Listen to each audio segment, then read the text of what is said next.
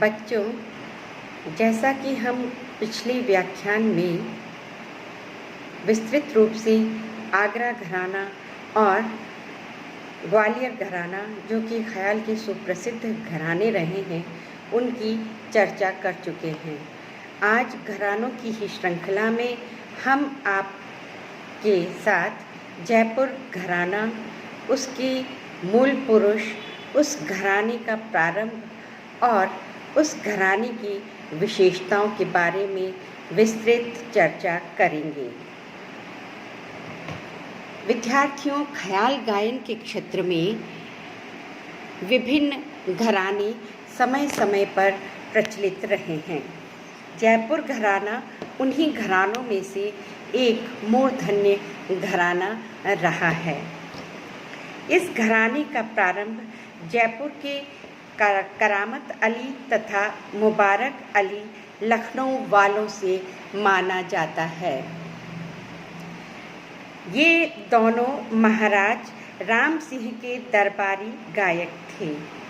मुबारक अली इन्हीं बड़े गुलाम खां के सबसे छोटे पुत्र थे, जो लखनऊ घराने के सर्वोच्च कलाकार थे और जिन्होंने कुछ वर्षों तक ग्वालियर में रहकर ग्वालियर घराने को भी नई दिशा प्रदान की।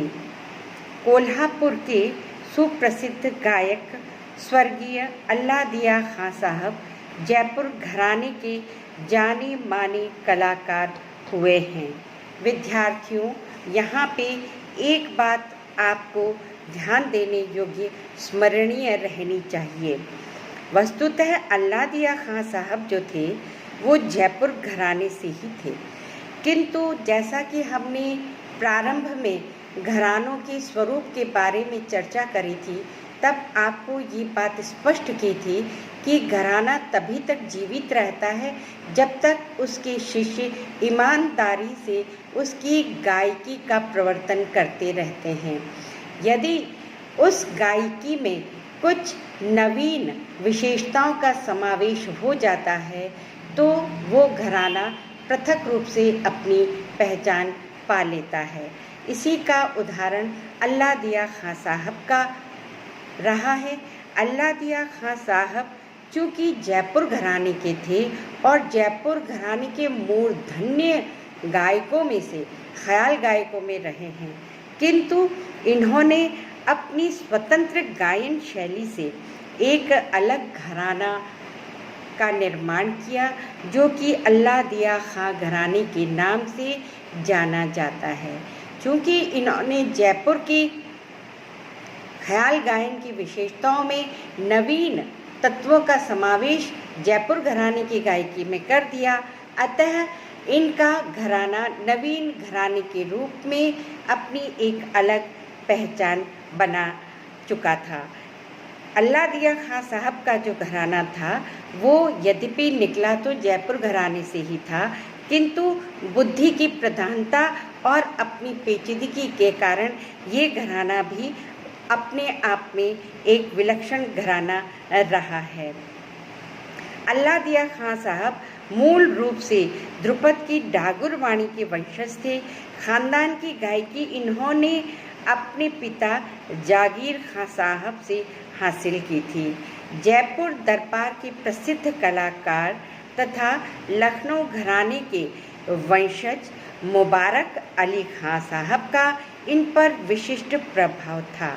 इनकी ख्याल गायकी पर लखनऊ घराने का प्रभाव भी रहा हो तो कोई आश्चर्य की बात नहीं है, क्योंकि अल्लादिया खां साहब के भाई हैदर खां साहब ग्वालियर घराने के प्रसिद्ध कलाकार रहमत खां साहब से प्रभावित थे, जिनको अल्लादिया खां साहब के पुत्र मंजी खां ने भी ग्रहण किया। पिता और पुत्र के बीच में लंबी अनबन का कारण यही था। जैसा कि हमने बताया कि घरानों का विलय होने में एक कारण ये भी रहा है कि उस घराने की संकीर्ण मानसिकता, घरानेदार गायक कभी भी दूसरे घराने का गायन सुनने के लिए अथवा सीखने के लिए विद्यार्थियों को, उनके शिष्यों को कभी भी अवसर नहीं प्रदान करते थे।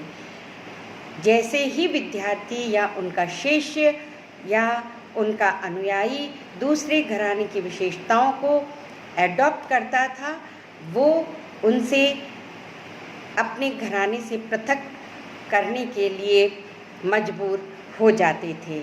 घरानों में यद्यपि बहुत कुशल और योग्य कलाकार पैदा हुए, घरानों का बहुत ही गहरा और पैना प्रभाव था, किंतु उसमें व्यापकता की कमी थी। यही कारण था कि बहुत से घराने इस वजह से भी विलय हो गए कि उसकी गायकी अथवा शैलीगत विशेषताओं को प्रवर्तन करने के लिए योग्य और ईमानदार शिष्यों का अभाव रहा। इस घराने के संबंध में अगर कहा जाए तो देवास के स्वर्गीय रजब अली खां साहब में लखनऊ, किराना और जयपुर तीनों घरानों का मधुर संगम देखा जा सकता है। स्वर्गीय रजब अली खां साहब की संगीत शिक्षा अपने पिता तथा लखनऊ घराने के गायक मुगेलू खां साहब के पास हुई थी। मुगेलू खां साहब लखनऊ घराने के बड़े मोहम्मद खां साहब के शागिर्द थे। किराना घराने के सुप्रसिद्ध बीनकार बंदे अली खां साहब से उन्होंने बीन की शिक्षा भी हासिल की थी। जयपुर में कई वर्ष रहकर वे कोल्हापुर पहुंच गए थे और वहां किराना घराने के प्रसिद्ध सारंगी वादक हैदर खां साहब से ख्याल की तालीम हासिल करते रहे।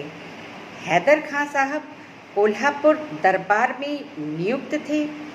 गायक अल्लाह दिया खां साहब तथा वादक हैदर अली खां साहब की जोड़ी उस समय बहुत ही प्रसिद्ध जोड़ी थी और इस जोड़ी का नाम परचम पर लहराता था।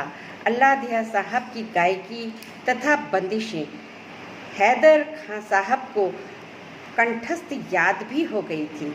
इसी की तालीम उन्होंने रजब अली खां साहब को दी थी।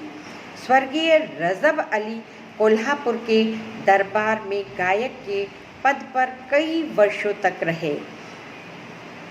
स्पष्ट शब्दोच्चार, द्रुत लय की और झुकाव, असाधारण तानबाजी तथा अप्रचलित राग और बंदिशें इनकी गायकी की अपनी विशेषता रही है। राग शिव कल्याण तथा खेम कल्याण इन्हीं के द्वारा आविष्कृत की गई।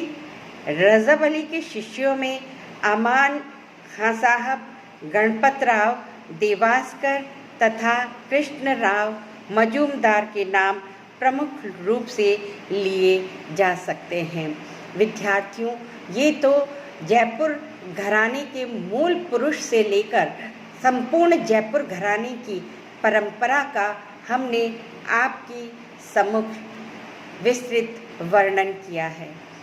इस विश्लेषण से आपको यह तो ज्ञात हो ही गया होगा कि एक घराने से दूसरे घराने का अभ्युदय किस तरह से होता है।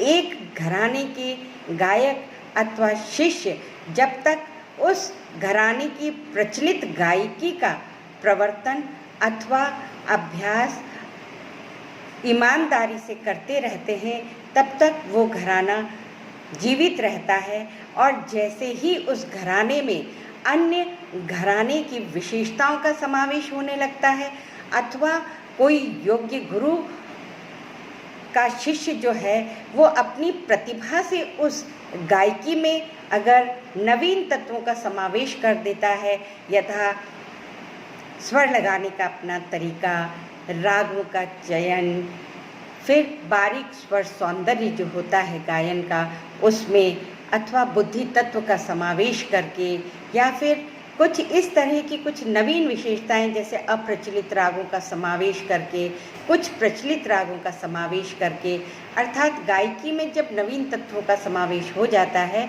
तो एक नवीन घराने का अभ्युदय होता है।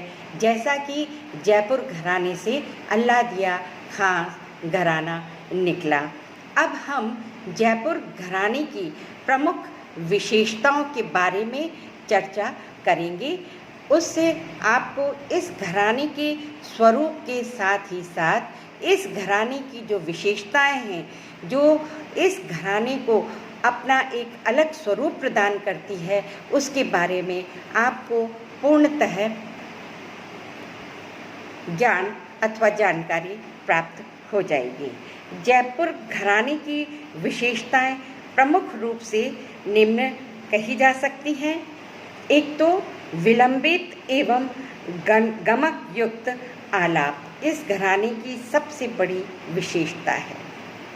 अगर तानों के क्षेत्र की बात करें तो वक्र और बल पेच युक्त ताने इस घराने का अपना एक अलग ही स्वरूप दर्शाती है। मुख बंदी ताने एक ही सांस में एक से अधिक आवर्तनों तक आलाप जारी करना जयपुर घराने की खासियत है। लय के बोल बनाओ एक अलग ही रीति से लिए जाते हैं। नई बंदिशें और अप्रचलित रागों का गायन, ख्याल गायकी में यह घराना विलंबित तीन ताल को अधिक पसंद करता है। ख्याल में शब्दों का उपयोग केवल स्वरानुरागी के रूप में ही इस घराने में किया जाता है। धीमी आलापों में टप्पे जैसी छोटी छोटी परंतु द्रुत लय की मुर्गियों एवं तानों का प्रयोग इस घराने की अपनी विशेषता है। जैसा कि बच्चों आप जानते हो कि जो टप्पा गायन शैली होती है उसकी ताने पारे के दाने की तरह बिखराव वाली, महीन, बारीक और कहना चाहिए जवारीदार हुआ करती है, जो कि टप्पे की लय जितनी द्रुत होती है उसी तरह से गले की हरकत भी अति द्रुत लय में चलती है।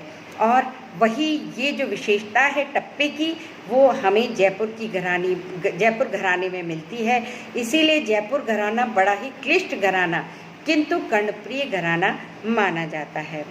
ग्वालियर घराने के सपाट और लंबी तानों का इसमें प्रायः अभाव देखने को मिलता है। हमने आपको ग्वालियर घराने के जब चर्चा की थी तब हमने आपको स्पष्ट किया था कि ग्वालियर घराना जो था वो ध्रुपद की से प्रभावित घराना था, अतः उसमें लंबी और सपाट ताने ली जाती हैं।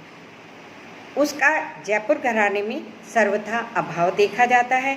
इसमें टप्पे की तर्ज में छोटी छोटी ताने द्रुत लय में मुर्गियों के साथ में ली जाती है। इस घराने में अप्रचलित रागों का प्रमुख रूप से गायन दिखता है हमें, और ये अप्रचलित रागों का गायन इस घराने की अपनी स्वतंत्र विशेषता है। अब आप मन में विचार कर रहे होंगे कि ये अप्रचलित रागें कौन कौन सी होती हैं। वस्तुतः जैसे काफ़ी कान्हड़ा, नायकी कान्हड़ा, फिर रायसा कान्हड़ा, बिहागड़ा, ये सब इस घराने की रागें हैं। क्योंकि हम जो सामान्य रूप में देखते हैं तो कान्हड़ा के जो विविध प्रकार हैं उसमें दरबारी कान्हड़ा, आभोगी कान्हड़ा, ये कुछ प्रमुख प्रकार ही ज़्यादातर प्रचलित हमें सुनने को मिलते हैं। लेकिन जयपुर घराने में काफ़ी कान्हड़ा, नायकी कान्हड़ा, रायसा कान्हड़ा, इन कान्हड़ाओं का विशेष रूप से गायन देखने को मिलता है।